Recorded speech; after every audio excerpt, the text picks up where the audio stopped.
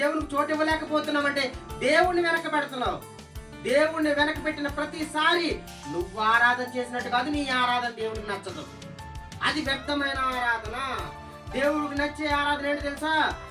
పూర్ణ హృదయముతో, పూర్ణ మనసుతో, సంపూర్ణముగా దేవునికి మొదటి స్థానం ఇచ్చి కూర్చుంటావే సంఘంలో, అది దేవుడికి నచ్చే ఆరాధన, దేవుడికి ఇష్టమైన ఆరాధన. అంటే దేవునికి ఇవ్వకుండా దేనికంటే ఎక్కువగా ఏదేనికి ఇచ్చినా సరే అది దేవుడికి నచ్చదు, నచ్చదు, నచ్చదేమి. ప్రియమైన దేవుని పిల్లారా, ప్రియమైన దేవుని పిల్లారా, నచ్చే విధంగా, ఇష్టపడే విధంగా దేవుని మీద ఆనుకొని పూర్తిగా ఆయన మీద ఇన్వాల్వ్మెంట్ అయ్యి దేవుడికి నచ్చే రోజు, నచ్చే విధంగా బ్రతికితే ఆయన నిన్ను స్వీకరిస్తాడు.